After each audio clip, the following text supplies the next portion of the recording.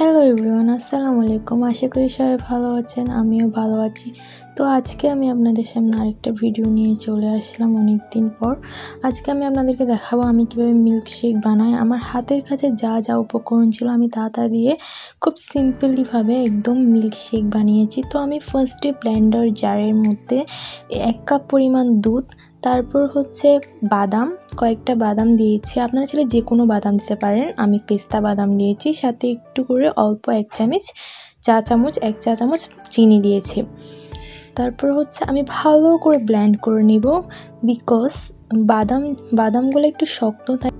ভালোভাবে আমি ব্লেন্ড করে নিচ্ছি। তারপর ব্লেন্ড হয়ে যাওয়ার পর নামিয়ে এলাম। তারপর আমি এখানে একটা ডেয়ারি মিল্ক ইউজ করতেছি। এটা দোকানের থেকে এনেছি মাত্র 10 টাকা। আপনারা চাইলে যে কোনো চকলেট ইউজ করতে পারেন, আপনাদের হাতের কাছে যে চকলেটটা থাকে।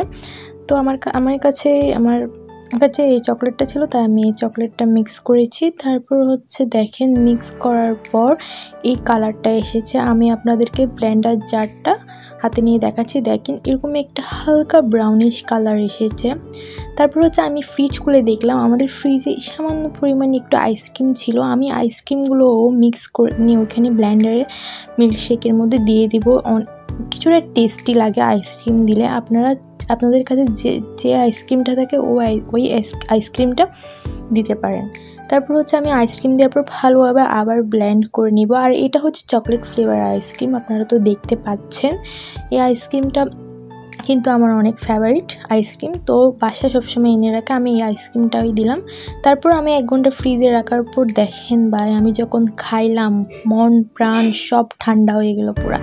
এত মজা হয়েছে। আপনারা চাইলে বাসায় এটা মাস্ট বি ট্রাই করবেন। এটা খুবই মজা হয়েছে। আমার ভিডিওটা আপনাদের থেকে ভালো লাগলে বেশি লাইক, কমেন্ট, শেয়ার, ফলো করবেন। ভালো থাকবেন, সুস্থ থাকবেন। আল্লাহ হাফেজ, আসসালামু আলাইকুম সবাইকে।